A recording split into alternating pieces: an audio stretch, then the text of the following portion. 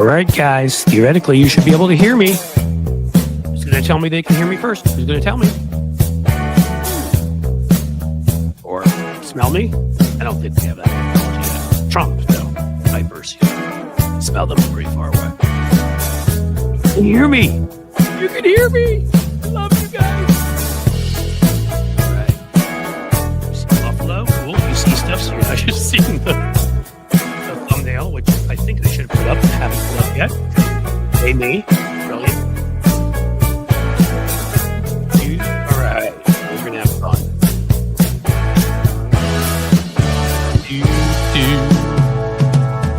Loud and clear. Oh, that's giving me such joy.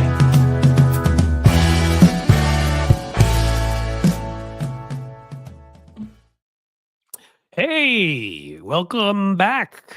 Coming to you from the Queen City, Radio City, though not via radio. Because and if I were, I worry even more that you couldn't hear me because that's all I would have to offer. But apparently you can see me, hear me. A lot of you guys are saying hello. Mr. WW is funny. He's got the audio off, so that's on him. If you don't want to hear me, you can probably find ways not to. If these great earplugs nowadays, the kids wear them to rock concerts. I even wear them there too because, you know, I figure I should do not more damage than I did going to rock shows all through my 20s and 30s when, you know, doing that was like wearing a seatbelt in the back seat. Who did that? Like, you know, not smoking. We were smart back then. Actually, I didn't ever smoke except for once in a while when I drank. So here I am admitting that to you, all of you who I know so well personally. Well, you know, let's just get right into it. Well, you know, today's rant isn't going to be a long one, but let's get right into it. Here we go. FAFO, a word you're all probably well acquainted with. I can't say it here, or they'll demonetize me, but there's a find out part at the end. And I got to tell you, you know, there are Trump voters out there. There are people that supported him who had interests in supporting him. Doesn't mean I think that it was right. In fact, I think it was immoral. It was horrible. I've said this to a few people and maybe risked some friendships. But I don't care because that's my feeling on anyone that would look at that thing, that oily, greasy Jabba the Hutt sort of thing that leaves a trail of slime behind it when it rolls across golf courses, and vote for it to harm people, to destroy our country, our currency. I don't want to go into all of it. There's so many ridiculous plans this guy has that make no economic sense, no foreign policy sense. I mean, it does, I guess, if he's owned by Putin, and we all know there's no connection there, as the New York Times once pointed out. But the people that voted for Donald Trump, and he went up among numerous groups who voted directly against themselves. You know, we used to tell a mythical story of lemmings. It turns out it is mythical. Lemmings don't just all walk up and hurl themselves off a or cliff's edge, if you will, into the water. They try to actually cross bodies of water by hurling themselves, and they're not very bright, and they end up falling in, which may be a better metaphor for Trump people. I don't know. Maybe they don't purposely destroy themselves. They're just too dumb to know the difference. But a couple stories have come out the past few days, and I'm sorry. I'm exhausted, man, woman. It's been 8 years. I've fought against this monster for people, friends, for family, and for everyone else there I don't even know. People I'll never meet because something about cruelty and incompetence and viciousness and destruction bothers me when we could all be working together to improve our lives. We don't have to all agree on every issue. We don't have to agree on the exact tax rate. We don't have to agree on the exact amount of regulation, but a common sense, forward-looking society, you know, like most of Western Europe and Canada and Australia, solve the big problems that these places solve when they have them. But no, we had people that were taken in by disinformation, and obviously a lot of that is on our ridiculous courts for what they allow to be said and done. We have First Amendment extremism. I've talked about that before. A lot of it is the fact the right wing has built up this massive information ecosystem, disinformation ecosystem, and we haven't countered it. That's on our billionaires. And a lot of it is on our pathetic mainstream media I spend lots of time going off on, who don't understand what it is to be media, to be news. They don't even know what their role is in a society. They don't get it. They think it's to sit there and, as a stenographer say, A said this, but B said that. Wonderful. Anybody could do that. Can we get parrots to do your jobs? No, they're supposed to get people truth, but it doesn't let people off the hook, plenty of whom have made clear they know what was coming, or they knew what was coming. Or if they didn't, again, you're a lemming in the stupid sense. What is wrong with you? So Donald Trump spent his time in office attacking unions, as you guys probably know, and attacking really any foreign country having any ownership here. That's the whole thing behind tariffs. It's jingoism. It's rattling the cage. It's xenophobia. It's, tied into wanting to kick immigrants out. It's the whole, we're not going to let those foreigners own us. So it would be shocking, for example, to union steelworkers in Pittsburgh who went against their unions and rallied around Trump, even though all the Republican Party has done since its existence. Even as other parties have changed, one thing's remained constant about the Republican Party. It has always hated unions. It has always attacked unions. And so these folks in Pittsburgh's Mon Valley are now outraged at Trump because he has promised to block a $14.9 billion sale of U.S. steel to Japan's Nippon Steel Company. Wow, what a shock. You mean he's not going to let a foreign country with people that look different than us, non-white people. He's not going to let them take over a company in Pittsburgh, no matter the benefits to everybody, no matter the fact that workers will make more money, their benefits will go up, it'll be better for us. Of course he's not. He's not about that. Remember, he's about attacking people. He's about labeling people by how they look, how they talk, what they like to eat. They're eating the pets. Obviously, I'm joking. He proved who he was. So you guys thought that if a Japanese company came along, for example, that he'd let them take you over. Good work. I don't feel sorry for them in the slightest. In the slightest. And I know others disagree with me, but I don't care. I'm tired.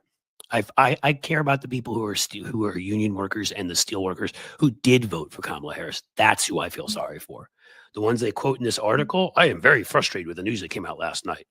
United Steelworkers Local 2227 Vice President Jason Zugai said. I have to look and see if Zugai supported Trump, but being that he's in here, yep, Zugai said he was a Trump supporter who helped organize trips of steelworkers to Trump rallies. Wah, wah, wah. I wish I had that sound effect here. I need to learn how to do that. Sorry, Jason, I don't care. Your family may suffer now. Your income may suffer. And you know what? You voted for it. There are a lot of other steelworkers that didn't, and now they're going to suffer too. So I have no sympathy for you. And then we have the Muslim voting community for Trump. Wow. That takes a lot of that takes turning your brain into a pretzel of sorts, twisted around enough to believe enough that Trump could support Muslims. You see, folks, you guys, people like me fought against the Muslim ban back when Trump was president the first time, said it was racist, outrageous, horrific. People like us pointed out and fought when he wanted to go and bomb various countries in the Middle East because it would be fun. That would be bad. But for some reason, I know we're not going to get into the whole difficulties of the war going on in the Middle East, or there's multiple ones, but let's say Israel and Palestinians and others. But what I will say is this, you may have disagreed with Kamala Harris. You may have thought she didn't go far enough for your taste in protecting the Muslim community, but you thought Donald Trump would protect you. The guy that kept meeting with Bibi Netanyahu, a war criminal, and putting his arm around him, the guy that Bibi Netanyahu endorsed, the guy that said it quite openly when he spoke in large crowds that he wouldn't be asking for any kind of ceasefires. Well, now they feel duped somehow because he went to Dearborn, Michigan and places like that and said to their faces, no, I'll protect you. There we go. Another article. U.S. Muslim leaders who supported Donald Trump to protest against the Biden administration's support for Israel's war, blah, blah, blah, have been deeply disappointed by his cabinet picks. Wow, Fafo, I got news for you. Worse is coming. Trump won because of us, and we're not happy with his Secretary of State pick and others because Marco Rubio said there will be no ceasefire. I got to tell you guys, Marco Rubio doesn't really have opinions on much of anything except for shaking while he drinks water during responses to the State of the Union. He called Trump a con man once, correctly predicted that he'd be selling watches if he hadn't been rich, and he did start doing that. But now Marco Rubio, to become Secretary of State, would have done anything. He would have stood on one leg and hopped for 14 hours while balancing a fork on his nose. He has no principles. So you thought that they were going to do the right thing, and that wouldn't have mattered who Trump picked. Same with Mike Huckabee, the ambassador to Israel, who is a vicious, lying lunatic who once sent out emails to people saying there was a biblical cure for cancer if they just gave him money. He's proven he's a huckster. Huckabee the huckster his entire life, and he believes, of course, in the rapture. So all Jews need to be back in Israel so the good Christians can be raptured up to heaven, and I get to take all of your stuff. Leave behind good records, preferably from the 60s to the late 90s. Make sure your car has been serviced recently. Like, I want good stuff from you guys when you're raptured. Yeah, well, so the Muslim community's mad about that. Said Rabul Chowdhury, a Philadelphia investor who is the head of the Abandon Harris campaign in Pennsylvania and co-founded Muslims for Trump. Wah, wah. I don't care. I hope you are harmed in a way emotionally that the rest of us were by Donald Trump getting elected. I hope you cry. I hope you whimper. I don't want anything to happen to Muslims on the ground in, let's say, Gaza or the West Bank or whatever. In fact, you assured that'll happen. I care more about the Muslim community than you do. You voted for the guy that just said open season. So I'll feel sorry for their pain. I'll feel sorry for the 70% of Muslims who were smart enough to vote for Kamala Harris, who was on their side. Not you, not the 30% who voted for Trump. I won't feel one bit of sympathy for you no matter what happens. I'll save it for the people that are going to suffer in your own community because of your stupidity. And of course, we couldn't finish any of this off without those who may be deported, who voted to be deported. What do you say to people when you see 55% of Latino men vote, breaking records, voting for Donald Trump? What do you say when such a large portion of that population ends up switching over? What I say is I feel sorry for the 45% that were smart enough not to. See, I will never condemn whole groups. That would be Donald Trump who does that. I will condemn the members of that group that are idiots. And again, 45%, but also he went up among the Latina population, among women. What were you voting for? Well, here you go. You get Anna Orozco, who's now voted for Trump. I think she said 3 or 4 times. She said that while she's angered by Trump's racism and anti-immigrant ideals, she voted for him because of the high cost of living. She hopes her young children will eventually be able to buy homes. Okay. But what concerns Orozco is the possible mass deportation, how it could affect her family. You see, her aunt has lived in the U.S. for more than 23 years and doesn't have legal status. According to Donald Trump, she will be deported. You did that, Anna. You helped make that a reality. You and other Latinas like you who voted for that, like white members of unions who voted against their unions and their own interests, like Muslim Americans who voted against their own interests. I think we covered a nice variety of groups here so as to not make anybody think I'm picking on any one group. And I guess I'll finish off by saying again, no FAFO for the one for any member of the groups we just talked about, from union members, white union members, non-white union members, white, non-white Muslims, Latinas who actually voted for Kamala Harris and were smart people, or at least had the common sense of more than, let's say, me, who can't work a microphone. But if you chose to vote for this man after all he said, after all he did, after Muslim bans and deportation and attacking unions his entire first term and making it clear he wasn't going to let foreign companies own American companies, FAFO, guys. FAFO. Couldn't care less about you. Not going to worry about you. Not going to have sympathy for you. And if it hurts, good. Because it hurt the rest of us, what you chose to do. And it hurt people I love or who have lost access to control of their body and what country my kids will now grow up in. So don't come to me for sympathy or help or anything else. I'll help the members of your groups who did the right thing.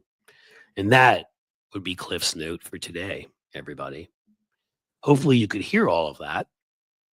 Hopefully you could see me while I was doing that. And hey, I see Tony now. I'm going to let him in. Yeah. Can I push back on your FAFO? I'm going to shit in your FAFO cereal, I think. Dude, are you getting me demonetized already? Do they demonetize for the shite word? Do they? I'm not sure. Well, let's see. It's 2:16. I think in the first 10 minutes, but I think we may be out of the danger zone. But try your best to be a child. Try to be a child like I All have right, to be. all right. I'll Like try I to have be to be a good. child. No, I'm not criticizing you. I'm criticizing me, like the way I have to behave like a child and dance like a monkey, apparently, to get them to not make it so that I spend 2 hours here doing this and make $2.17 from it. That actually happened one time when they completely demonetized me. $2.17. That's Yeah. $2.70 more than I made. I'll tell If you. you'd like, I'll send you the check if it's going to help you Great. out. Yeah, you can send me any money you want, buddy. Okay. Well, And all so of you, I'll here's say quickly before Tony Yeah. talks, who are the super stickers. We're going to set up a process for this eventually where I'm going to read out everybody's names who are members at a couple different parts of the show. Oh, yeah. All these things I keep telling you we're planning. Sitting down again tomorrow when I'm not doing a live stream with my favorite admin in the world, and we're going to plan out the different sort of segments of this. So you all will be, everybody will be given their due attention that they deserve for supporting this show. But right now, Tony needs to talk, Yeah. and I will mention all you kind folks who have given donations. Have given super chats and stickers after this. Just don't want you to think I'm forgetting you. Go, Tony, go. So I'm going to push back a Argue bit for on your Ozark path. America. I'm sorry. Yeah. Well, so I'm going to argue for this new narrative that I'm pushing, because I don't think our discourse should be left versus right. I think it should be up versus down, and that paradigm shift of up versus down, because we know that humans are tribal. You probably know this just as well or better than anyone. We're on teams, right? We always want to pick a team. Better than anybody? Are you implying something there? Huh? Well, you There were 13 tribes. One of them got lost and we never found it. So maybe it ended up in the Ozarks for all I know. Could be. But humans are very tribal, and they like to root for teams. And that's what I was getting at, is because you've got your favorite team, and it clearly is probably the New York Mets. I'm sure it's the Mets. You can tell by the Mickey mantle up there behind Right? me. And Right. Yeah. Right. But I mean, it's the reason why sports is so commercialized and it's able to be marketable, is because everyone gets to pick their team. They get to be on that team, no matter how good they are, no matter how bad they are, for like decades and decades and decades, and never win a single championship, let alone win a division championship or a game. Right. Fair. So knowing that humans have that psychology, my case for the not so FAFO approach is that we change teams. We disband the left team. We disband that team. That team does not exist anymore. We're not on team left anymore, because we're not going to be in this battle of left versus right. So we don't have that team anymore. We are on, when we're on the battlefield of up versus down, we are on the down team, right? We, the people, the great American working class, are on that down team. And I believe us being on that down team, knowing that we have to compete against the up team. So we need as many people on our down team as we possibly can get. So if we stay out of the way of this discourse of left versus right, and this feeling of FAFO that we really crave, because I know the feeling. Oh man, do I want to smear their faces in that pile of dog poop? See, poop. I mean, the stuff that they smeared on the walls of Congress? Exactly. Their own poop. Notice I said poop. Is that a word that we can use? Can we use that word? I think we're going to find out. I mean, apparently, we can't use that word, man. This monetization stuff's in trouble. I was going to tell you, eventually, it's just going to be like, hello, Anthony. How are you today? I'm doing great. To see you, and you seem very kind. Because that's the point we'll get to. Yeah. But my argument for not saying I told you so much, or rooting for what they voted for as against their own wallets, against their own interest, I guess, because that's kind of the narrative there, I guess. There's different ways to frame it. I actually liked how you framed it. Well, it's not just wallets, because I was talking about groups that voted against, exactly, who had been banned from this country or going to be deported, and it's broad. Or they had different ideals about world conflicts and things, and they chose to for whatever reason, either to abstain or to vote, or to whatever their decision was, vote third party, to make sure that the person who is worse for their interest, whether it be their self-interest or their other interest in the world. But if we know human psychology is tribal and this team mentality, then us doing that, I believe, puts us in a position where we have these same old battles, right? Instead of making sure that we disband the teams of the left and the right, and we open up our team to anyone who is on the downside, who wants to play on our team, the great American working class, I think that's going to be a much better position. And that's what I believe is going to be good for discourse. Again, I don't have a magic ball or anything, but I just magic I don't know. That's ball kind of like Donald Trump Jr. Yeah, well, can I say that? I don't know. I have no idea. I don't know if you can talk about drug addiction on.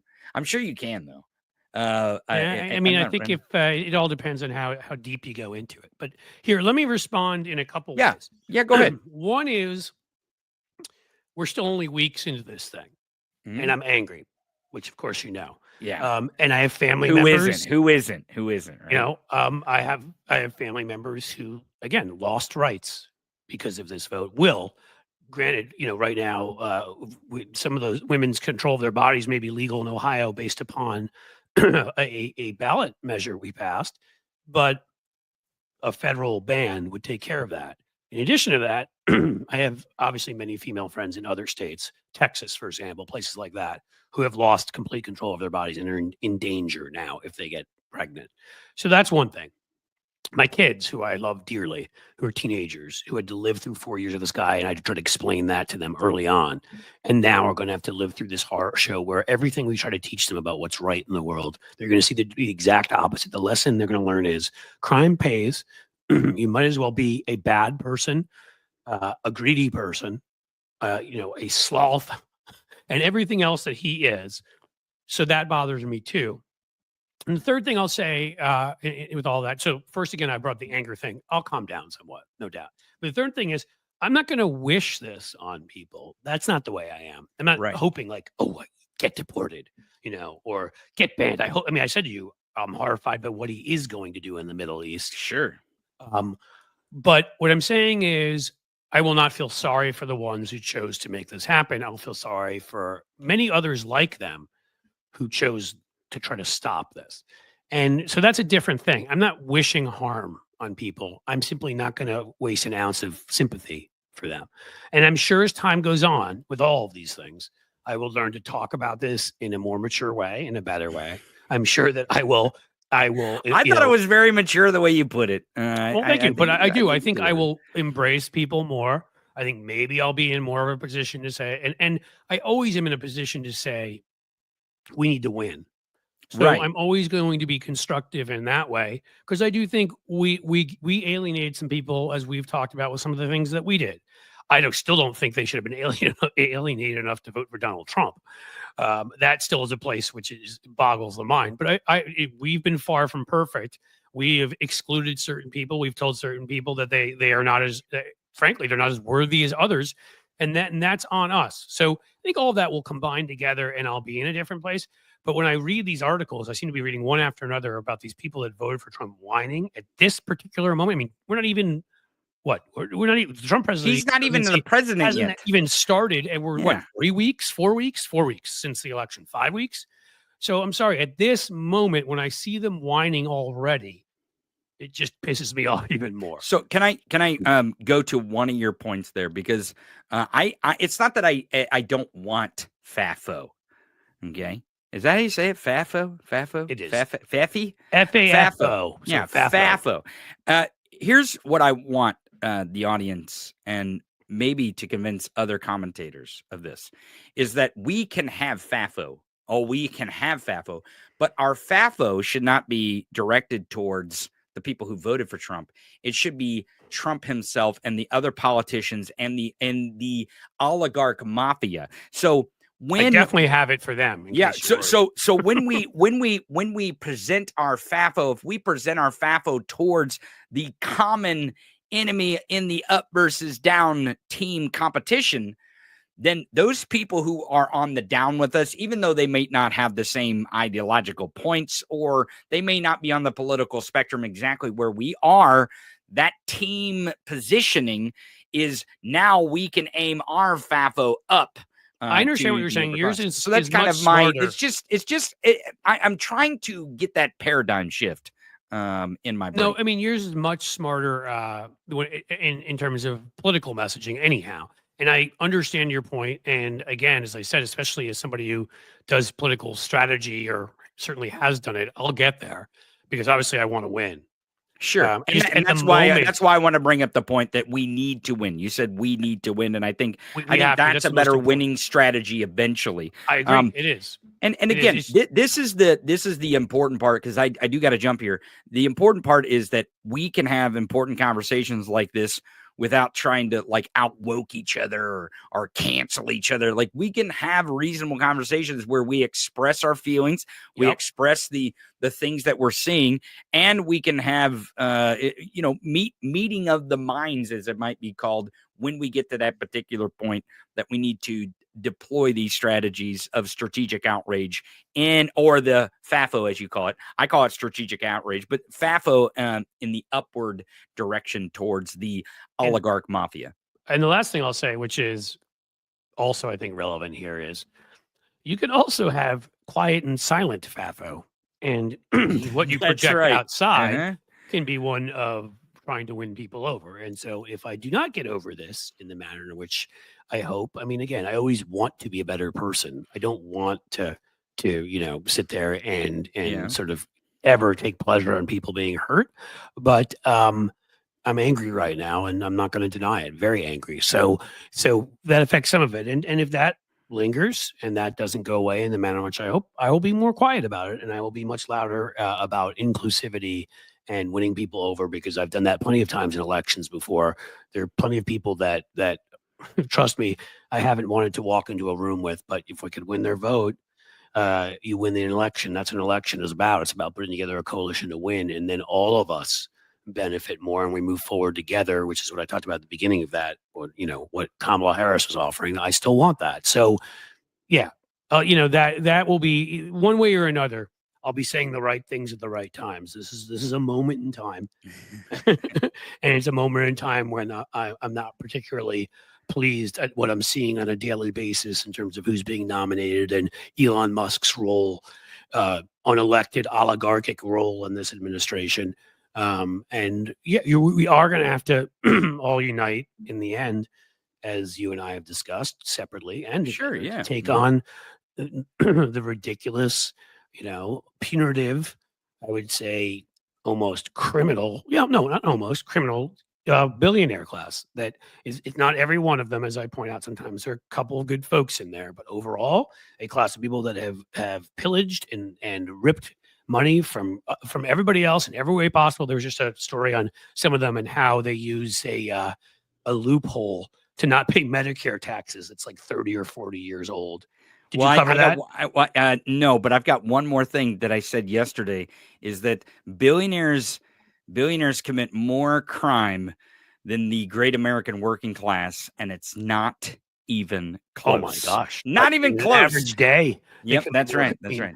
So basically our oligarchic overlords and our monopolistic companies that are destroying our freedom of choice in terms of good products, the quality of our products, our environment, the wages of workers and the rest. Yeah, I'll definitely be on board for that, because I've been screaming against monopolies forever now. Well, let's yell and scream about monopolies. I think that's good. Cliff, thanks for having me on. Tired of the microphone monopoly here. Yeah, right, exactly. Thanks for having the conversation, because I think it's an important conversation about where we go with the messaging and stuff. My key point, Tony, has been, and you've said the same thing, is it angers me when people do call each other out in disrespectful ways and try to destroy each other and do all this stupid stuff. Because again, unless our conversation is about something ridiculous, like, is Jim Crow good or bad? No, that's not a bad faith arguments. I'm not having a conversation with somebody about that, at all. But when it's stuff like this, when it's stuff that are legitimate discussions, we have to be able to talk about it. Yeah, so absolutely. Well, thanks for letting me discuss it. Absolutely. I will see you soon, my friend. You absolutely will. Take it easy, dude. All right. Tony Michaels. You may know him as the great Tony Michaels from his Tony Michaels podcast. And I think a lot of you came over here from there. So Michael McAndrews gives me a yep, Cliff. I'm going to say, cool, thank you. And again, like, I don't tell you all to feel the way I feel. And I don't know that I'll feel this way in 2 weeks, but I think that's the right I have to express right now. I want to thank all the kind folks here before we have our great guest arrive. We have Fuzzy 1Z, a new member. Thank you. So I've told you the membership hopefully it starts on Monday. Explosive. The new benefits and the new way I'm going to concentrate at both Patreon and YouTube members, as opposed to spending way too much time in the past on Twitter and recently on Blue Sky. Yes, I'm still in Blue Sky and I'm not leaving, but you guys deserve more of my attention. I'm going to be here making more videos on the community wall, sharing more stuff. That can be my Blue Sky. And Patreon, putting up posts and YouTube members. So Peter, the $20 super sticker, fantastic. In fact, I should put you all up on the screen. So Fuzzy 1Z, who became a YouTube member, thank you very much. You are outstanding. Peter, is it a dog or a wolf? Very cute either way. $20 super sticker. I really appreciate that. Really, really appreciate that. JD Christie with a 99-cent super sticker. Yes, I believe I remember JD Christie. That's a regular number. You do this a lot, and I can't tell you that how much I appreciate that. So thank you. And Nikki Oliver with a $2 super sticker. Thank you so much too.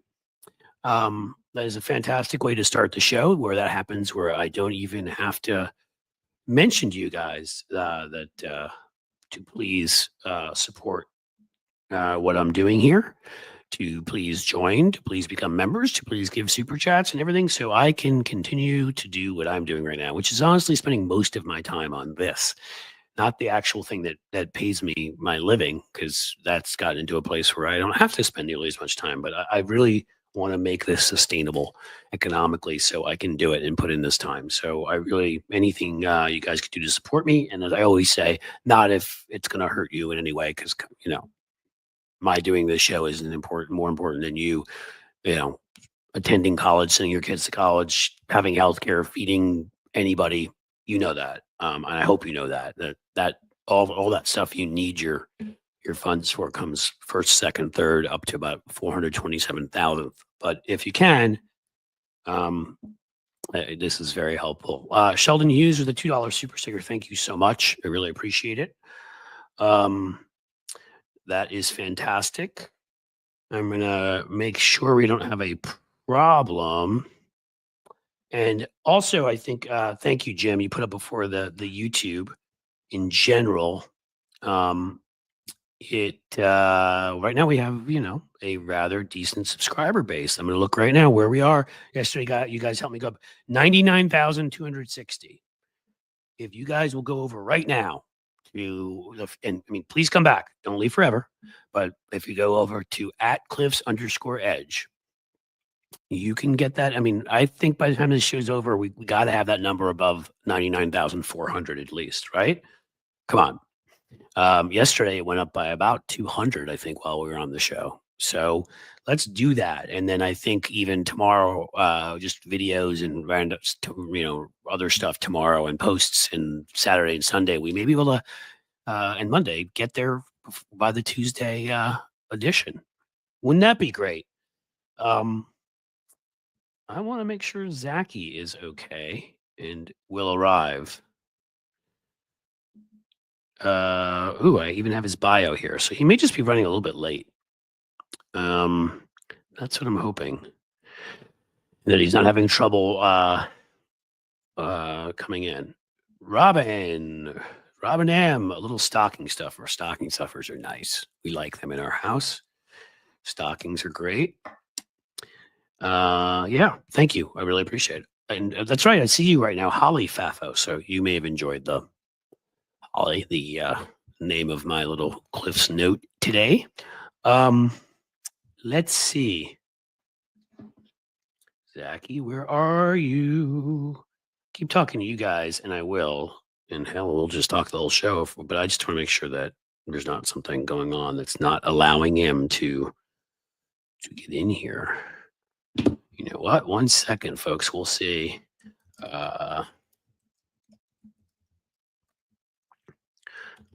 Let's see. Trouble getting in. All right. He may just be a little late. I'm hoping that's what we have going on. All right. Look at that. Yo, Wyatt is back. Skip Weaver and Wyatt. A super sticker for 99 cents. Thank you. And just for that well thought out and rather long name. I have to enjoy what you're doing. Look at that. Starlene says she was trying to recruit a new follower. We like that. Seriously, the more people you get here, the more people you get to subscribe. YouTube gives me theoretically more ad revenue if they don't partially monetize me, and of course the Patreon and but I think actually, you know what, once the we get going with what we're putting up at Patreon and the YouTube members, which again is the same thing, it's two separate sides of the same coin, you all want to join because there's going to be so much extra stuff there, and you know, once I sort of I've again blue skyified myself by about 75%. Again, I think it's a good place. I'm not leaving. I think there's a little too much of people talking to each other and other stuff. I don't love it. It's much better than Twitter. I'm going to be there. I think it's important to communicate with people in different places, but I sort of started doing a lot of thinking and thought, why am I putting up stuff there for free? You guys are kind enough. You're paying me your hard-earned money at Patreon, and as YouTube members, you should be getting that. And I started thinking also about, you know, I mean, it's time management. If I'm there, I'm not giving you what you deserve as far as I'm concerned. And not giving me anything over there. You guys are awesome in supporting me. And then also the community wall. Like, those are folks that are subscribed. And if you just by subscribing and showing up to live streams, you should get more stuff, things, stocking stuffers, as it was said. You know what I mean? Maybe we'll even have like meetups and stuff. I don't know if you guys are up for that or not. Maybe you'll meet me in person. You'll be less impressed. Maybe you'll be more impressed. Who knows? I know there's some folks who reached out to me who are from the Cincinnati area or the greater area around here. I also from New York City originally and still have family, so I'm back there constantly. Back in the DC area, a decent amount. A few other places I go. All right. What's this? Amy Jackson, Facebook removed and banned all my posts the last 2 to 3 days. Do we know why that happened? That seems odd and insane. And I was going to start streaming there soon too. That's another plan I have for next week, dude. There's maybe a partnership in the offing, a rather large page where we may stream and bring some new folks along until I get my Facebook page worked out. I think I've told you all before. I have one that is started off as like, you know, family, friends, and then people saw me or read my book or saw me in a show and said, "Hey, can I join?" And I didn't vet them like, you know, I should have. Like with you guys, if you ask me to, I just, you know, make sure you are who you say and all of that. We're good.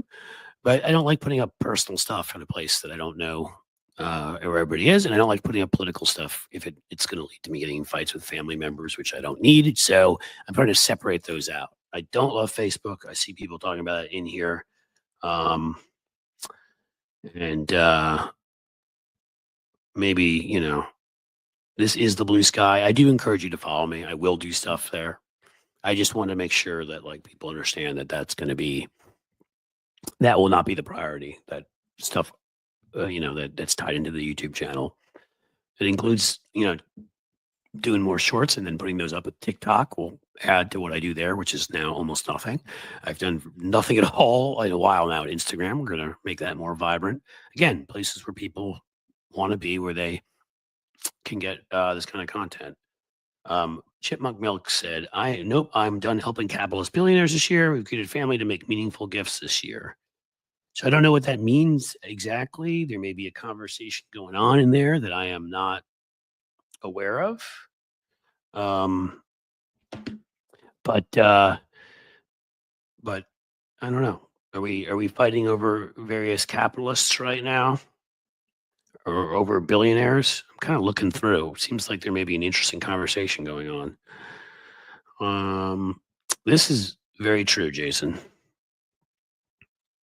This is the constant problem. This is Rome. This is, Greece. This is past republics. It's why no republic has ever lasted forever, and we have to break that record to do it, which is people get fat and happy. Think about World War II. I mean, I always like to point out to people as a baseball fan, Joe DiMaggio went and fought. Ted Williams went and fought. Did not matter. They could have gotten killed, but they went and they fought like everybody else. Now we can't even be bothered to ask regular upper middle class people to go fight our wars. It's only if you have to pay for college or join in the military just to make a living. And then we send you off and like we ignore the war unless something big happens, like an explosion that the media can cover and get clicks or whatever. It's just like we're not fighting the war at all. During World War II, you couldn't get a car. They were all making tanks and armored vehicles and things of that sort, all the car companies, because they were in on the war effort, right? You couldn't get a house built. Those factories were building all sorts of other things for our war effort. You see, we used to be whether we were right or we were wrong, and I'm not saying that was a better time because clearly racism, sexism, every ism was far worse. But I am saying that we were a society and we've gotten so rich and sort of fat and lazy as a society that this is when you tend to get to a point where you forget what it is that made you great. Trump will not make America great again. He couldn't make his products he made in China great again. He can't make casinos great again. He fails at that. He can't make any of his marriages great again. He can't make anything. But somebody could make America great again by taking us back to, the values we had in the past where we built things here. Now, Joe Biden and Kamala Harris did do that. 800,000 manufacturing jobs created here. CHIPS Act. We had a big Intel plant put up in Columbus, 2 hours north of here. And the people believe that Trump was better on the economy. There are ways to bring us back to where we were before and be even better than that because there'll be more equality for all groups of people, but not doing it right now. All right. I'm getting concerned. Zachy, where are you, man? 2 new messages.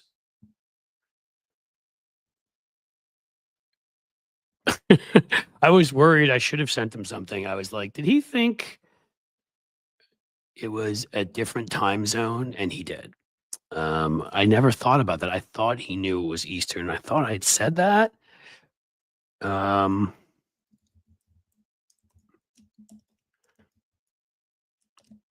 just telling him to join as soon as he can.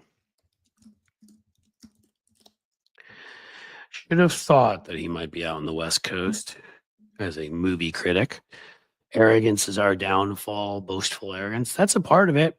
Again, that's part of what the whole thing, when you get fat and lazy and take everything for granted and stop feeling like, start getting selfish. I like to say, my point is always that we started going in a divergent direction from Western Europe when Reagan won here. The United Kingdom did to a certain degree, but Margaret Thatcher couldn't even do there what Reagan did here because parliamentary system and other things, but also because they had some of that stuff. They passed their universal health care right after World War II. Some of the things had already been put in place that we had not, and we were trending in that direction, heading towards. A lot of people do not know this, but we were so far to the left of where we are now on economic issues that Richard Nixon offered Teddy Kennedy, who was leading the Senate, something that looked a lot like Obamacare. And we could have had that in the early 70s. But Teddy Kennedy was sure, just because of the state of where things were in general, that we were going to get something much more akin to Medicare for all, and did not accept it. And you can blame Teddy if you like or not, but I understand we were in a different time period. We actually had a handgun control Inc. movement to ban them all because obviously the Supreme Court hadn't made up their completely non-existent lying and fake argument on that issue yet, that there's any individual right to anything. Like we were, again, on most things trending where Europe was. And then Reagan came in and pushed this notion. It goes against the very heart of democracy, which is that we're all in this together, the public good, the public square, that we give up certain of our individual rights so that we all can enjoy it. And he convinced people that no, man, I get to do whatever I want. I get to, it's all about me. And that includes, You called me Cliffy. You said happy holidays, which you could have said if you wanted anything else, because I don't get offended. But it was nice because some people do. And $50. That is incredibly nice and incredibly appreciated, Barbara. Thank you so much. That will make an enormous difference. Where was I? Oh, yeah. And so we headed off in a direction, everybody being selfish. And we've seen what that's done. It got that way. I got to be careful because this is YouTube. It got that way, let's say, about healthcare decisions. How about that? It got that way about what what kind of weaponry you own. It got that way about, I hate that I have to do this. I'm sorry. It got that way, it was you. It doesn't matter how it affects somebody else. Me, lower my taxes, lower my regulations, and that has harmed our society. So we've forgotten that there's a common good. That was what democracy, that's its whole premise. And in any case, Zachy is here. I'm going to let him in and apologize because I should have known he's cool. He must live out in the West Coast. He does stuff with movies. And, it's not that hard to say the word Eastern, and I did not do it. Zachy Hassan, everybody. How are you? Hey, Cliff. Thanks so much for having me. Of course, man. Now I feel like a jerk. I'm sorry please about don't. that. No, I didn't ask, so it's just hey, hopefully better late than never. Hopefully. So you're saying it was don't ask, don't tell here, and we both unintentionally, yeah. Unintentionally. Well, you still look, obviously for you, this, you're used to this stuff. You got the cool shirt on. I can see that. The hair is looking good. You got the LA look going on. I'm going to read you Zachy's bio because it's pretty cool. Zachy Hassan is an award-winning media scholar and critic. Let's see if I can read, Zachy. Critic of more than 25 years. His film and television reviews have appeared in the San Francisco Chronicle, The Wrap, IGN, Birth, Movies, Death. That sounds kind of cool. HuffPost, Philly Weekly. Wow, even a lot of stuff. Fandor, and he hosts the Movie Film Podcast with TV. I was listening to that the other day, by the way. That's when I thought of having you on with Brian Hall. He also co-wrote Geek Wisdom, The Sacred Teachings of Nerd Culture. Well, you're going to have to tell us about that. It's contributed to books on the Star Wars, Star Trek, Planet of the Apes, and Blade Runner franchises. Dude, you've covered everything I like in the world. All right. Well, listen, I had you on in some sense to talk about Gladiator 2 because I heard you talking about that on there, and it's funny. I had a similar take to you on that. As the original one, I like to say to people, to me is a 12 out of 10, and I kind of would say the second one is more of a 8.5. Out of 10. I think you guys gave it a B-. Like I give it more of a B to a B+. So maybe, yeah. but why not?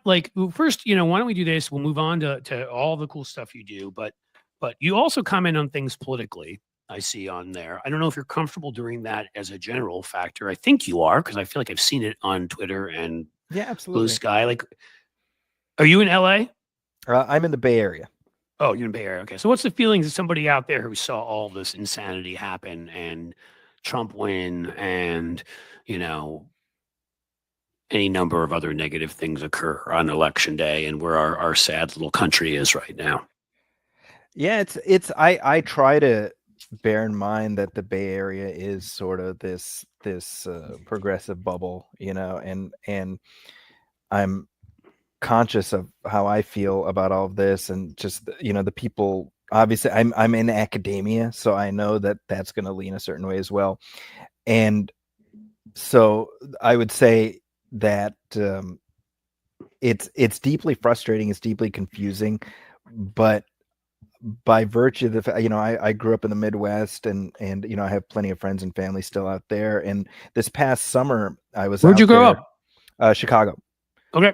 Mm-hmm. Yeah. And this past summer, I was surprised by how many of my old friends were diehard MAGA guys and really so I suspected it. This is my only point. What happened on election night was disappointing. It was not surprising to me because I felt like I had been reading the tea leaves for a while. So even with Kamala Harris coming on and the enthusiasm on our side, I was like, I think the Bay Area is a bubble, and I'm not taking that for granted. And so I'm supremely disappointed, but I was not surprised at all. Yeah, I thought she was going to win only because of I knew these individual little things that were happening that were worrying me. Right, Mhm. I knew there were some people that I had known that voted for Biden last time, and now they were sort of Republicans, but they had voted for Biden. We're like, well, maybe I mean, Kamala Harris didn't have a real primary. I was like, oh, give me a break. I mean, the things they would find to say meant me know that let me understand that right wing media was reaching them with all of this garbage, and that there were bigger forces out there. I still thought we were going to win, but yes, I knew, and obviously I didn't know till after, and more recently, like every incumbent party in the world's been losing. People just, I don't think ever fully recovered from COVID. I think Yeah. it isolated a lot of people. I think there was mental illness went along with that, and I think some of that led to some of this because I think when you become isolated, you become angry and resentful, and um, who knows? I mean, there's plenty of other factors too, but I didn't want to go into it deeply with you. But well, no, not because like I didn't tell you the right time to come on, and I'm so interested in hearing what you have to say about. I mean, you must see a lot of these themes. Obviously, it's not that hard to see. Let's say when you see Star Wars, you're like, hey, look, stormtroopers. Wow, where'd they get that name from? Or, like X-Men. Where'd they come up with that? Like, was any of that an interest to you in getting into this? I mean, did social justice play any role in it, or was it all just like you just thought this stuff was really cool, which is a completely awesome and as good answer. I'm just wondering. That is such a great question. I don't know that I've ever thought about it in that way. I'd like to believe that my, just the way I view the world and my relationship with other people is at least partly affected by, the pop culture that I've internalized, and the concepts. I was just talking to somebody yesterday about, and if you know me at all, you know how much I love Superman. I got Batman behind me, but Superman is still my boy. Okay. And somebody was like, why Superman? And I was like, because he what he models is decency. His greatest power is that he can do everything and he uses it to help people. And Yeah. I'm like, if that's not a lesson any of us can learn, which is we all have our skills, we have things we can do. Use what you can do to help other people, and that's something I've grown No, up I mean, that is a admiring. good way to do it. Whereas Batman is the vengeful. I'm just putting your name in here because there are people who are asking. Folks, I don't always put the names of guests in maybe I should start doing that again. I'm learning like everybody else on the fly in the descriptions, and I probably should. So I'm going to make sure I spell it right. And I don't know, Jim, you should be able to, if you be able to find, oh, there we go. Look, Jim always beats me to everything. No, I put up the wrong thing. There you go. Media critic, Wow. author. Look at all these places you can find him. And I It's read terrifying. exactly. You can find him. I've read you the things. I mean, I didn't just discover this guy by accident. Now, I love all this stuff. So I am a big movie fan. I am a big, Marvel Universe, DC Universe. Maybe wasn't always as good, but some aspects of it have been awesome. And some of the Marvel ones, geez, I saw the new one. What's it called?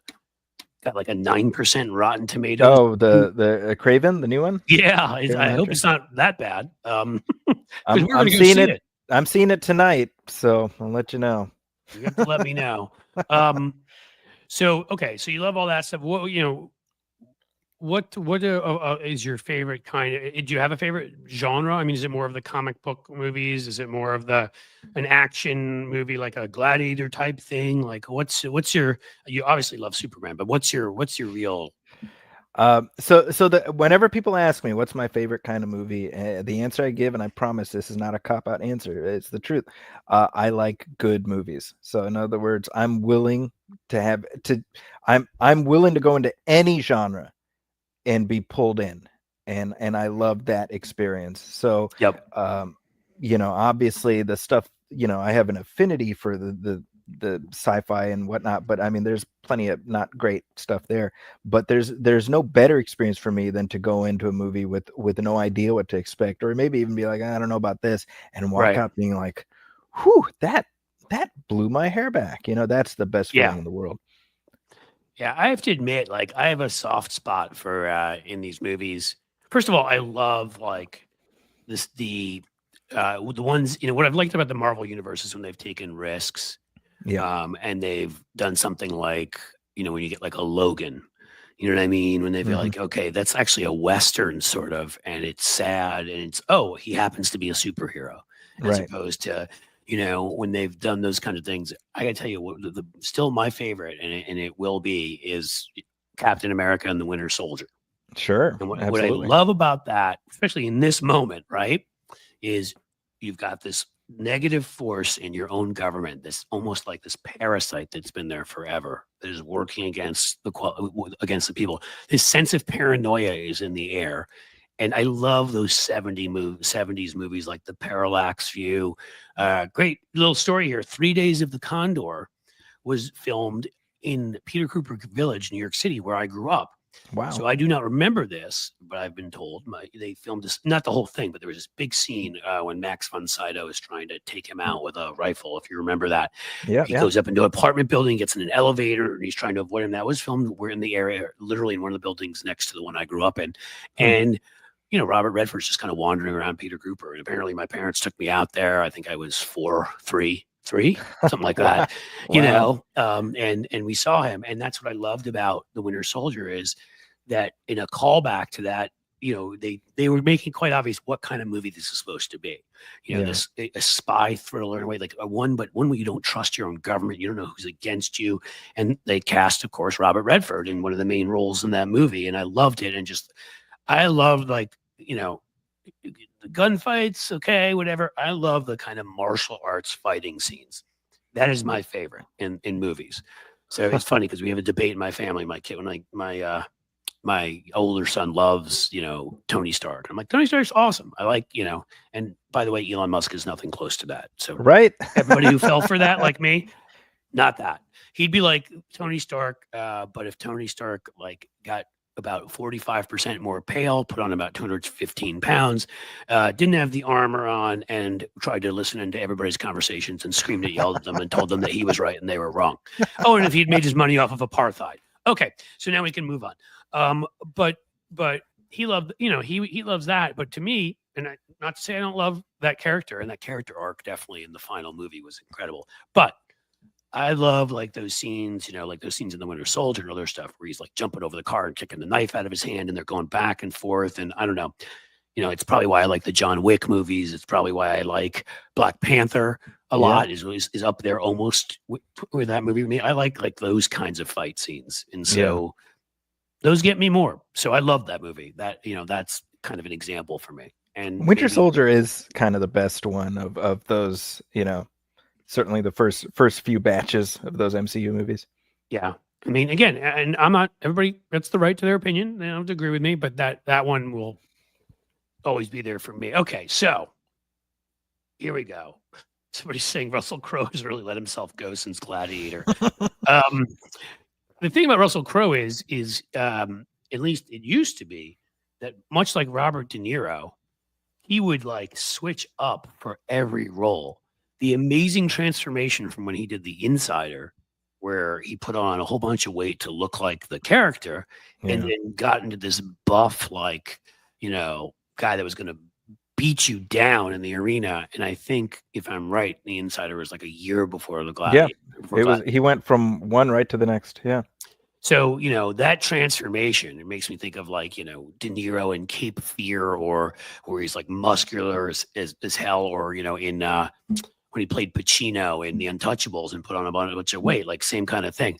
So in case, again, Gladiator is an all-time great to me, up there with The Godfathers, up there with Apocalypse Now, up there, I mean, I love it. And it sounded like, from what you were saying, you're on on your podcast, you're in the same place. Is that right? Oh, very much so. Yeah.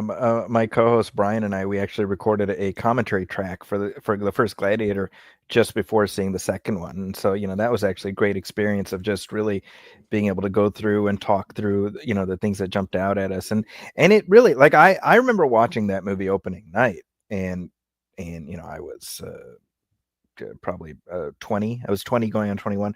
And it really, it knocked me on my feet, because it was it was something that it was the type of movie we weren't really seeing a ton of. I think there had been Braveheart a couple of years before that, but Yep. those big sort of sword and sandal type thing, right? Gladiator brought it back for a couple of years there, and so it's a master class of the type of movie that was being made at that era. And I don't, even Gladiator 2, which I think is effective, and we have many of the same people involved. It's not on the same tier to me as the first one. Yep. And it can't be, it can't be. Well, and that's what I was going to ask you. So because I have certain biases, right? I told you, I mean, the sort of, I mean, it's not the same thing as the martial arts to me, but sword fighting, that kind of stuff, like that all appeals to me. I'm a guy who went to the point of like, never got my dissertation, as I love to point out, but PhD history level, like Roman history, I love. We were actually just there, my family, this summer, and like it was so cool to see the second one after I'd been to Rome before, but it'd been a while after seeing the Colosseum again and all that. And then, of course, there's the parallels to, what we're dealing with here, bread and circuses and leaders using, here it may be the WWE instead of Gladiator, but it's the same kind of, bravado and take people's attention away from the real problems of the poor and the suffering with all the tough macho kind of, circuses. I mean, spectacles that Trump creates and all that. So, okay. So even the first one, because, Bush in office, who wasn't Trump, but was really bad. And all that. So I have a natural affinity, but I was going to tell you, like, I was going to ask you from your perspective, what makes that movie so amazing? Because I feel like I know the reasons I do, but I'm not a film critic like you. So what makes it rise above other films of that ilk? Because I can't answer that question. I mean, I can in individual parts like I just did, but I don't know if I can as a whole, and maybe you can. Well, I can certainly offer my perspective. Yeah, I think the framework that the story exists, the story is hung on, is a pretty familiar story. It's not really reinventing the wheel. I've said in the past, if you watch Ben-Hur, very very similar to Gladiator. The Count of Monte Cristo, very very similar to it's familiar, and I think that's part of its appeal. What makes it distinctive is, well, two things. Number one, we were just talking about Russell Crowe. I think you have anyone else but Russell Crowe in that movie, I don't know if it works as well as it does. They had offered it to Mel Gibson, and I mean, this is current day.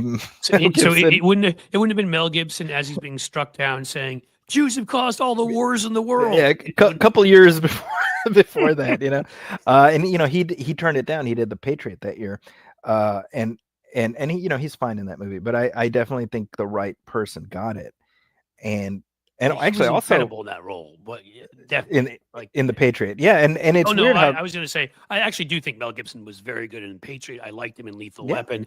It's very tough for me to watch him now because I hate him as a human being. I have to create this mental barrier for anything. Like, I don't watch anything of his recently, but like pretty much all the stuff of his that I used to like, I still like. So I have to kind of create like this iron barrier in my head to be like, that's Martin Riggs. That's not Mel Gibson. And you know what really pisses me off now is jerk Sylvester Stallone had to go and do the same damn thing. He kept his mouth shut for so long. Yeah, dude. He even had come out for some common sense, more moderate policy when I was doing stuff on universal background checks and things like that. Like, he had come out for some of that, and I mean, calls Trump the second George Washington at Mar-a-Lago. I was like, you're killing me. And he's got a new, Rocky movie coming out, and like, I don't know that I want to see it anymore. Yeah. And I loved Creed, and the original Rockies, and some of the other stuff he was in. I mean, I never thought he was a particularly terrific actor, but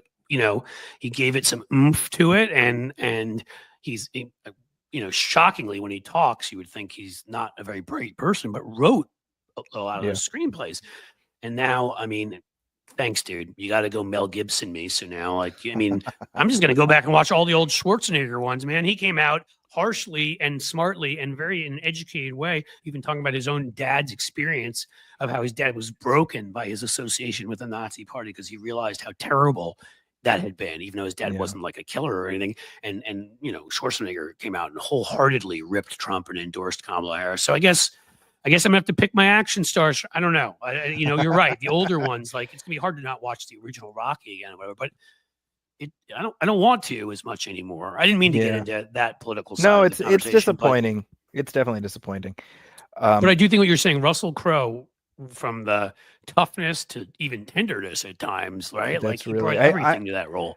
I think that the very first scene of Gladiator is Russell Crowe as Maximus looking at a bird and just sort of lost in the moment and the beauty of that. And you see the wonder play on his face before he kind of looks at the battlefield and he hardens. And that right there, and you don't realize it necessarily in that first viewing, but you realize how essential that is to get a beat on the character. And then obviously we have the terrific moment when he discovers his wife and son and got just the snot and everything. Gosh. the snot. Gosh. The snot that won him an Oscar, Yes, a lot of snot and a lot of drool, and he went for it, and it's really that's so important, right? Because to me, that entire movie builds up to when he takes his helmet off, he turns and faces Joaquin Phoenix and says, "My name is Maximus Decimus Meridius," and everybody in the audience at that moment is kind of leaning forward, among great movie speeches. Yeah, right. It's a moment. I mean, again, it wasn't really a speech, but sort of like Avengers Assemble, where you just want to get up and cheer. You know, I mean, yeah. We were just talking about Stallone. David Morrell, who wrote First Blood, the novel First Blood, he talked about how one of the essential parts of that story that makes it work, and First Blood, both the book and the film are terrific, but Morrell uses the concept of righteous vengeance and the idea that if you push your character hard enough, then we as the audience sort of sign off on whatever that character needs to do in order to exact vengeance because it is righteous. Right. And I think Gladiator is a great example of that, because what happens to Maximus is so far beyond the pale. And he's shown to us as such a decent person that we're with him and we're like, boy, just beat the shit out of Commodus, and I think that's why it works. So it is a predictable story, but that's why it works, he does the right thing also in a way that, like, he wants to give up power in the George Washington rejecting the crown, and the famous general was based upon Cincinnatus, which the city I'm sitting in right now is actually named after.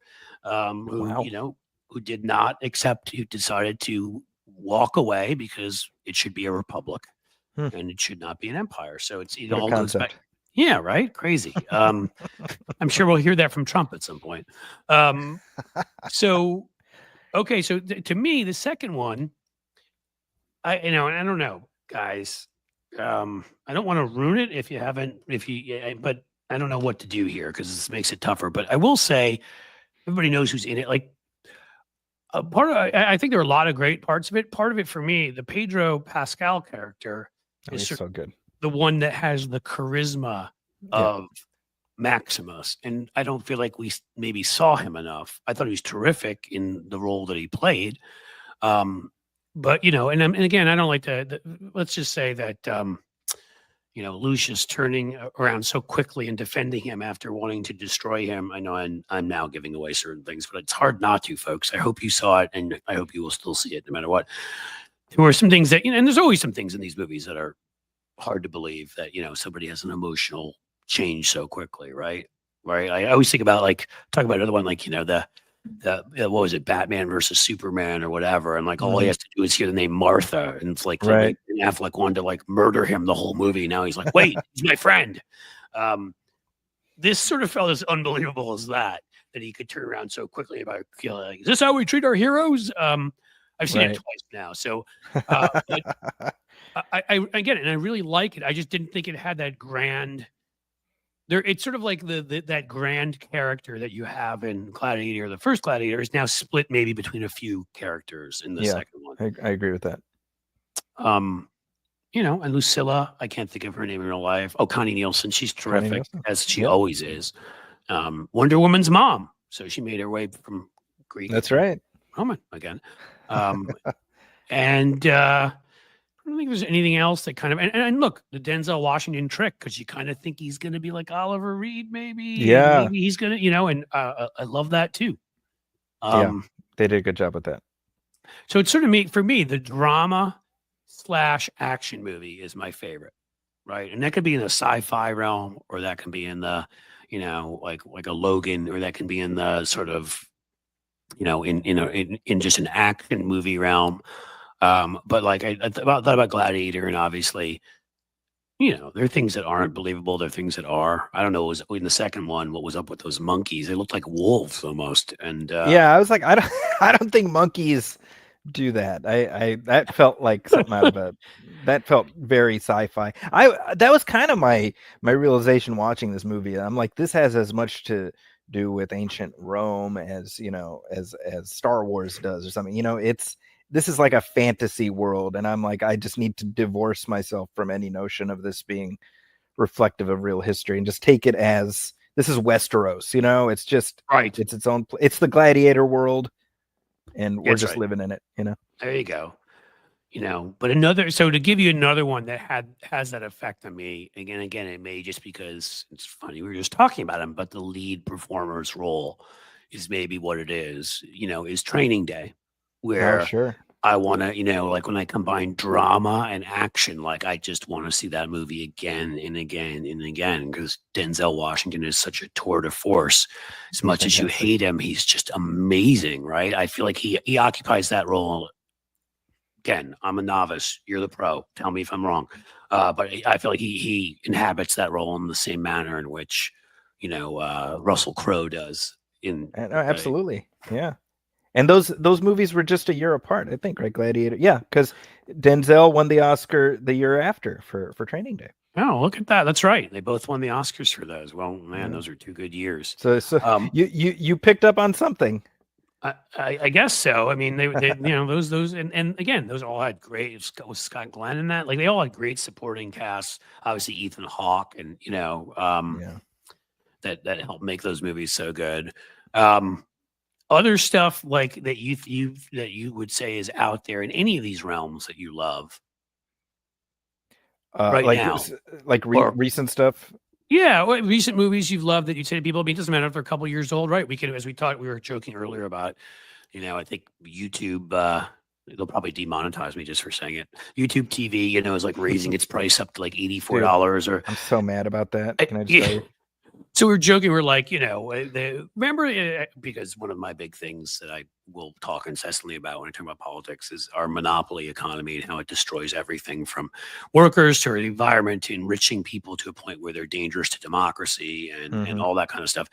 And like, we all like, yeah, we can cut the cable cord. Look at that. We're all going to just watch these apps. There's, it's only $7.99 a month and only whatever. And then of course now, like you have 47 of them and they all cost a lot more than they used to. So it's like, I need Amazon, Disney Plus or whatever plus, Amazon. What am I looking for? What's the second word in there? Whatever it is, their video service. Prime Video. Thank you. Prime Video and Disney Plus and, Netflix and Hulu. And it's like Apple Plus and all of this. It's like it's kind of changed the landscape, let's say. And now it's probably more expensive than it used to be. I cut the cord exactly 10 years ago, 2014. And at that time I had Prime, Hulu, and Netflix. And so I was looking at about, whatever it was, like $28, something like that, 20, less than $25, I think.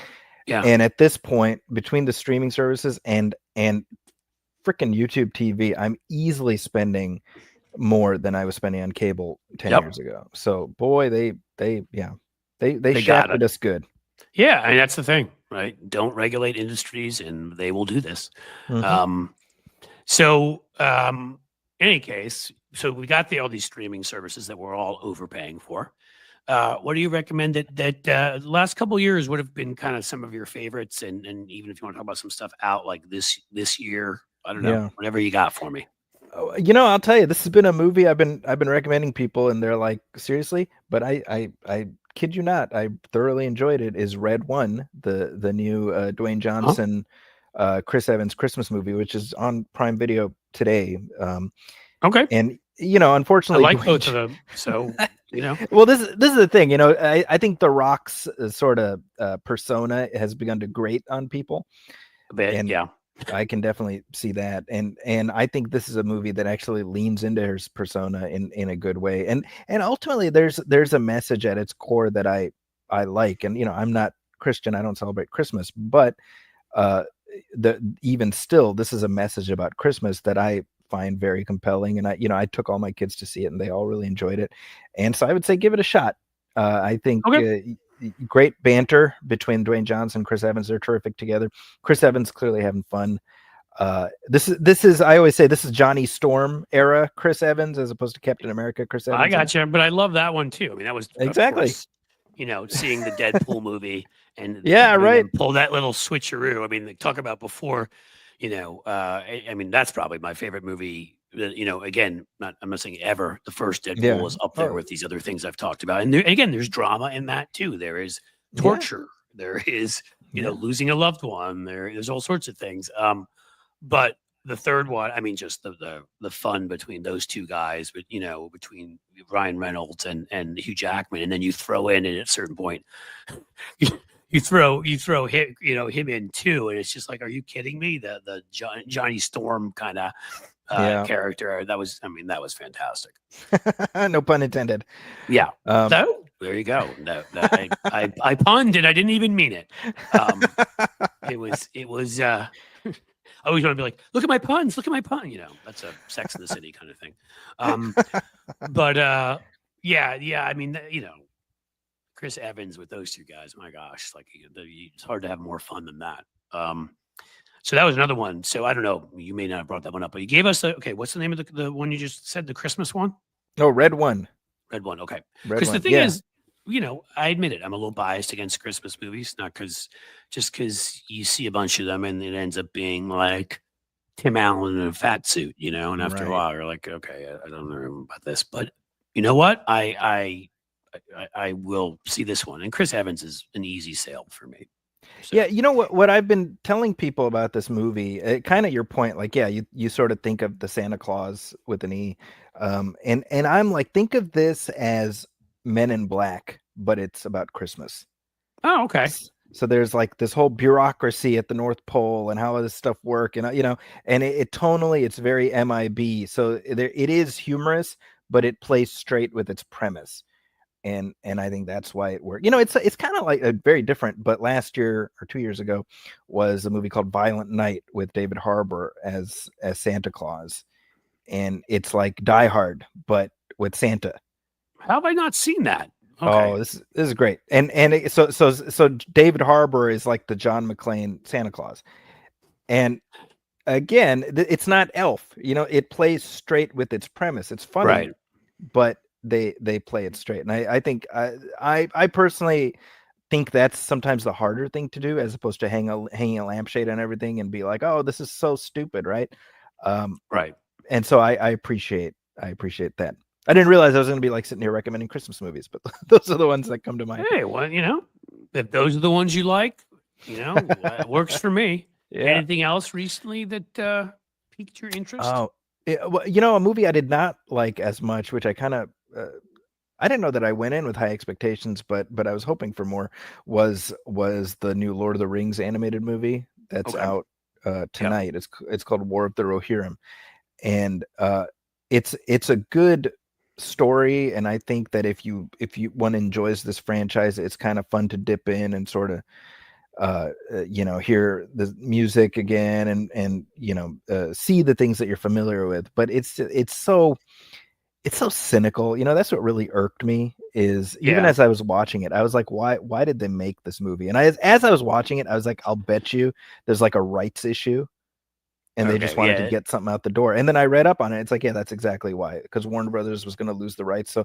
we need to put something out there. And I'm like, I hate that stuff, man. I'm like they put care into it, they put thought into it. So I'm not in any way denigrating the work of the people who made it, but it's just, this was not a story that was demanding 2 hours and change to be told. It's right.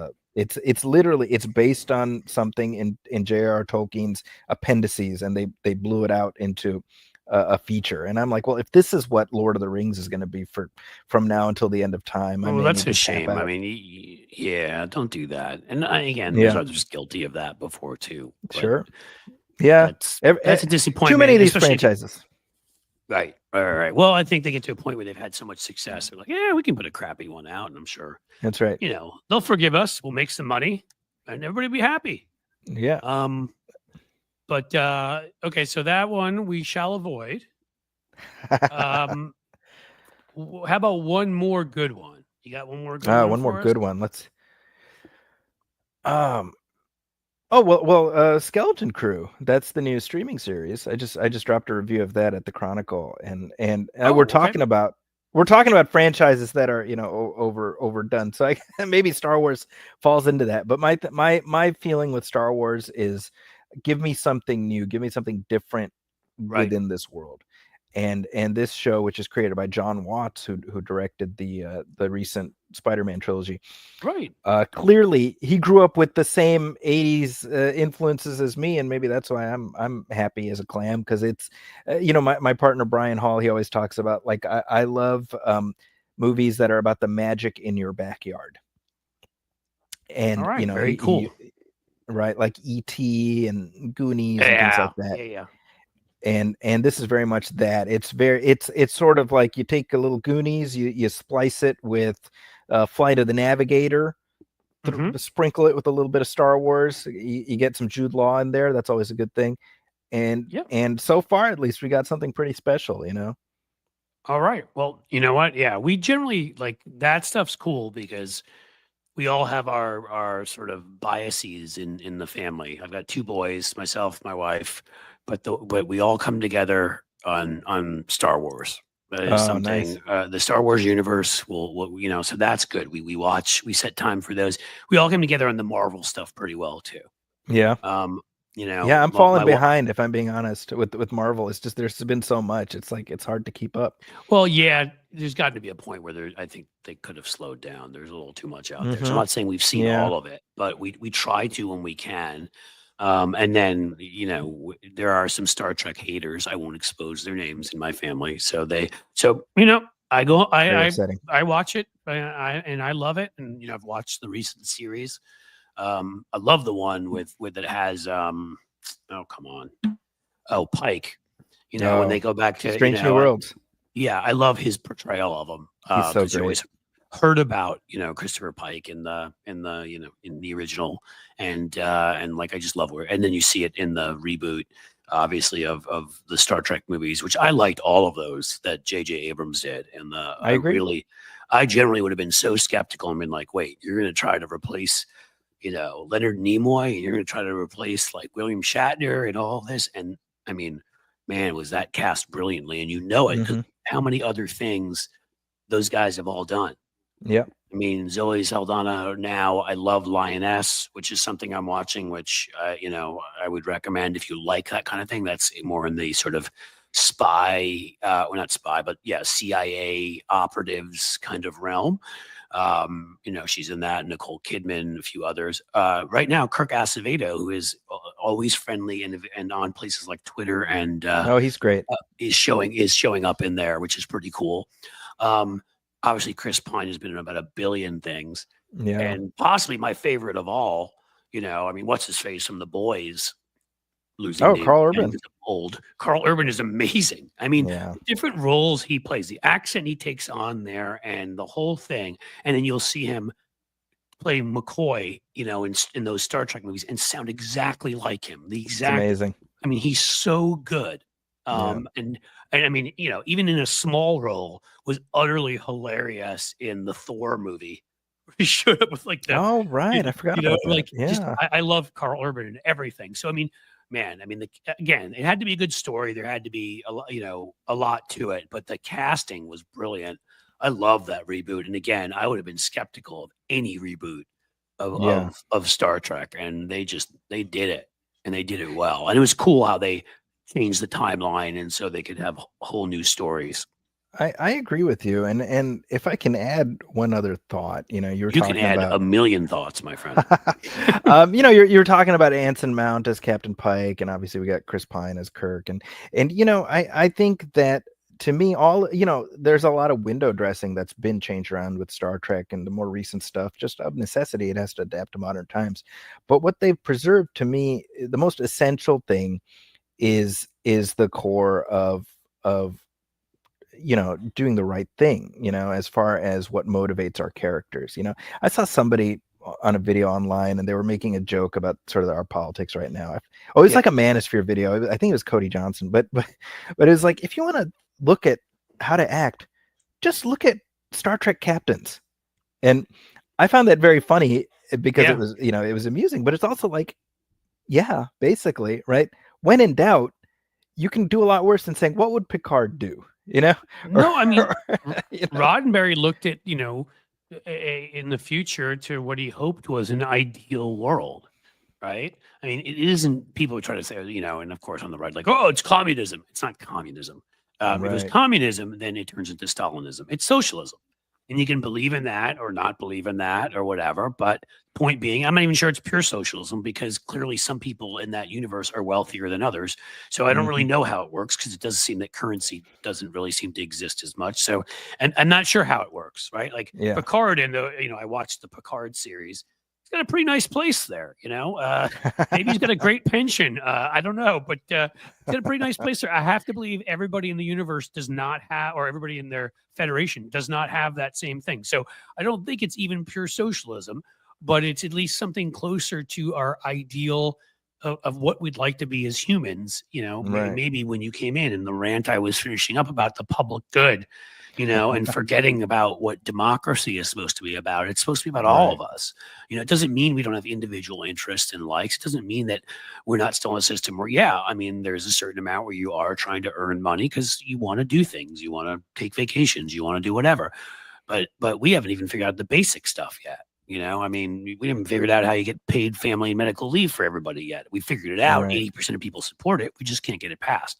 And so that's what I like about that universe. It doesn't necessarily mean that everybody is exactly equal and everybody is, they've taken the individuality out of people and like they're a bunch of drones walking around. Everybody's still individual. Everybody still comes from their own background. They bring interesting things to it, but they see each other as equals. They treat each other with respect, and they kind of seem to want what is better for all humanity. Like that is the driving force. There are times where like right now where I feel like where we all have our lizard brain and we make those choices or whatever. And even those of us, the best among us, even my rant when I began, I was talking about anger for people that voted for Trump, who voted. And I picked three purposely very different groups of people. So I didn't want anybody to think I was picking on any race or any individual. And I also made sure to say, I don't feel that way about those entire groups. Like I hope for the best for the majorities of those groups who did in my opinion, the right thing. I'm just not going to sit around and have huge sympathy for people who voted knowing that bad things would happen for them. All right. Yeah. Well, I wish I could be better than that at times. And I wish I could, and as I said to my friend Tony, who was on earlier, I'll get past that. We do. Right. I'm angry right now because people I love have lost rights, and my country has embarrassed itself in the international stage, and these are things that bother me. But what I like about it is, almost like we slip back into being, whatever. Like you see that here and there in the Star Trek universe. You always remember the movie, I think it's with First Contact, where you've got Jean-Luc Picard. And one moment, he's talking about how we don't do things for revenge anymore. We don't do that. We've risen above that. And I can't remember her name. Black actor. Oh, Alfre Woodard. Yes. Thank you. Who's like, you claim you've risen above it. I see what you're doing. You're trying to get revenge. This is about revenge. And so even when we've evolved, apparently, 300 years in the future, some of those old traits can still come back and remind us of our past. And so in some ways, it does show you how far we've come, that most people, it seems most of the time, are trying to do what's best. I don't know. That's the way I see it. Maybe I'm... No, there's a great line in Star Trek Beyond, which is the third one of the reboot movies, where Chris Pine is he's squaring off with Idris Elba as the villain. And he says, Idris Elba's like, you're gonna die as you're trying to do this thing to stop me. You're gonna die, and Kirk says, better to die saving lives than live with taking them. And Yep. That's one of those lines for 8 years now. It's stayed just nestled in my brain because I think that and hopefully none of us are in a situation that dire, but if you use that as a Northern Star, I think you'll be all right. As I kind of go ahead. Sorry. Yeah, no, I think about that so much. I think about that with, when we had the Congress back in the first Trump term, they were voting to take away the Affordable Care Act, and during the height of the pandemic and the behavior, and I kept thinking about that. I'm like, people are dying because of your decisions. How do you live with that? Immeasurably, empirically, lives are being lost. Right. You're causing it. I don't know how Right. people live with that. Like, you're the exact cause. Yeah. I was only going to say it's funny, that line, and I've seen that movie a couple times and I hadn't remembered that line. Of course, and this will be trite because I'm sure a lot of people would say they remember this, but for me, it's always, the good of the many outweighs the good of the, when he's giving his life, yep. First, when he's giving his life in Wrath of Khan, and then when we change the timeline, and it's the opposite. Oh, that's right. Yeah, they do a great play on that, and it's that.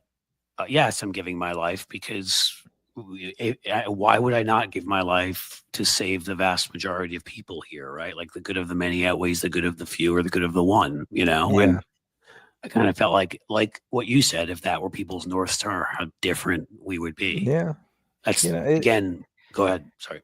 No, it's just, I mean, when we talk about the way this election went down, I mean, that's sort of the misery of it, is that we know what's going to happen as a result of his agenda, and it's going to be suffering for a lot of people, and he was very open about that, and people turned a blind eye to that, and that's it's I try not to be frustrated by it because I try to You're focus. a better man than me. I sometimes cannot be, but it gets to me.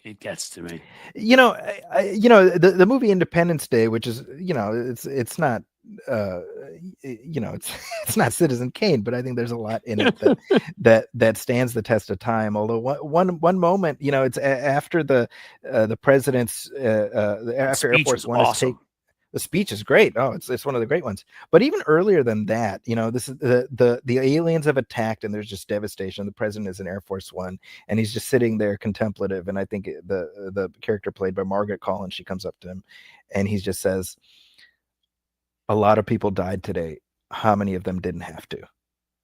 This is a president who, in the context of the film, did everything. He did the best he could given all the knowledge he had, and yet he carries that guilt. And I always think about it, I'm like, Donald Trump is somebody who's incapable of grappling with the question as complex as that, No. And again, the whether it's Morgan Freeman, whether it's Michael Douglas, whether I'm trying to think of Martin Sheen, the people who've played the president in various things I've seen, have always had that moral complexity. They've always had a dark side to them too, and whatever. But they've still understood what their role was, and trying to make the world a better place and trying to make the country a better place. And that's again my reaction to Trump. I mean, that's it. It's not that even that people voted for a Republican, which would have been bad enough, who is proposing cuts to Social Security, whatever, which would have angered me. But this isn't even a human. This is a creature. Yeah. I mean, it is a creature that lives for every deadly sin and for whatever pleasures him at any moment, be it woman, be it money, be it fame, cruelty, because he seems to really get off on that. And how you could look at that, and again, people who I know have kids, people I know have daughters, people I know have had people rip them off in business, and it's just amazing to me. Yeah. In any case, so before I let you go, because I do have to go actually drive a son soon, my older son, to his vocal lessons. He's a lead singer in a rock band, which wow, that's awesome. Yep. He's old school too, sort of the 60s classic rock up through, I'd say, grunge and some stuff like that. And just, he really is into it. And the band has gotten booked a bunch of places. It's a ton of fun. So yeah. So what do you leave folks with? Anything you want to say on the way out the door, or, in the way in the chair sitting there? I will make you walk outside. Is what I'm saying. Well, if I can, one last point. I mean, we're talking about in terms of what we feel after the election, and I taught a class Wednesday morning after the election, so 7:30 a.m. So the election goes the way it does Tuesday night. So first thing in the morning, I got to go in, and I'm talking to a room full of mainly people who are not feeling great. And the one thing I said to them, and I was saying it to myself as much as anything, I was like, look, the things that matter to you, the things that you're passionate about, that were important to you yesterday morning, the morning of, they're still important to you today. They still matter to you today. And I was telling my kids, my students, look, work to make change within your sphere of influence, and it'll motivate you to do more. Don't look at everything that's out of your control and feel despair, because that's not helpful. And so that's just, I found that helpful, and maybe that's something that your audience might find useful too. I don't know. I think they will, and I think that it's incredible. I think you're much more than a movie critic. You're obviously an incredibly good person, but also someone who pretty philosophical too. That's smarter than what I've heard come out of most of the political universe after this. And I think is honestly serious. No, you're welcome. It's a great way of thinking about it. And I very much enjoyed sort of making your acquaintance online, which is always still, to me, maybe I'm old, it's still a little strange how we meet, and like you get a sense of people's personalities, but not fully. And then you still wanted to kind of, after you probably saw some of the nasty things I say to Republicans online and things like that, still wanted to follow me and talk to me. So, okay. Oh, I'm so grateful that we get to chat. It's amazing. Yeah, this is awesome. Seriously. I mean, I feel like, long time coming. And I'm sorry about how it started, but how it went is really, how the journey went is what matters. And having you here and kind of a combo of movies and politics, I really wanted to do something like this, and you've made it awesome. So everybody go to www.zackyscorner.com. You can check them out there. Anywhere else they should find you? Yeah, I'm not on Twitter anymore, but otherwise you can find me on social media at Zacky's Corner, ZAKIS Corner. So Blue Sky, Threads, and Instagram. My reviews are at the San Francisco Chronicle and the Wrap, and of course the Movie Film Podcast drops every other week. We do movie commentaries where we talk through a movie that either has an anniversary of some kind or has been suggested by our listeners. Our most recent commentary track is The Rise of Skywalker. We did Star Wars Episode 9, and that just dropped last week for its 5-year anniversary. And then every other week we talk about the new releases, and we just have some fun. And I think it's a good show. We've been doing it for 12 years. So if people want to check it out, please give it a look. And I can actually give that endorsement, honestly, because I haven't listened. I need to become a regular listener because I love this stuff, but I've listened to at least a half dozen, I want to say, of your episodes. That's great. They've been great. And I've loved them. So that sort of added to, like, I must have him on because I've loved seeing what you've had to say about this stuff online. And then I got to hear, you probably, I think, shared one of those links in one of your, maybe on Blue Sky or somewhere. I saw it and I clicked on it, and and on the Gladiator stuff, and then I need to listen to more, and I listened to some more. So great. I would tell you all, listen to this man. He's smart. He clearly is philosophical, and he knows movies. What more do you want? Thank you, Zachy. Seriously, you've been awesome. Thank you for taking the time to be here, and let's do this again. I'd love that. Thank you, Cliff. All right, take care, bud. Bye. All right, guys, I'm not going to have a ton of time on the question side today because I do have a kid to drive somewhere very soon. I hope you like that. You can tell me. I will take, maybe on the page, on the community pages was recommended to me, take some polls and see what you all like. But I hope you enjoyed it. Again, like bringing Jamie in last week to talk about sort of politics from abroad, but food. Some people who have been comedians, some people, have been people that I do stuff with that are, I mean, Bob Seska, background in the music industry and all that. It was fascinating. I hope was to me, try to get people on, hopefully, that interest you in other ways. So we expand kind of what we talk about. And it doesn't just become politics. It's politics plus. Good. Alton Gillespie tells me that he enjoyed it. And Nikki Oliver says that she loved it. So I think that is the kind of strong endorsement that we like to get here. Let's see. What else? Do we have anything else? Any other business? Movie talk is cool. Music too, Robin M. Well, good, because we're going to have a lot of both here, because I love both. We may even get, as I've said before, I've got some people who've promised me who are playing actual rock bands, and have been in movies. So we, right, there is more. And I think you said Politico. I think you probably meant politics, and that's the way I see it. There's a lot, politics is important, but says other stuff. Clip still showing 99.2.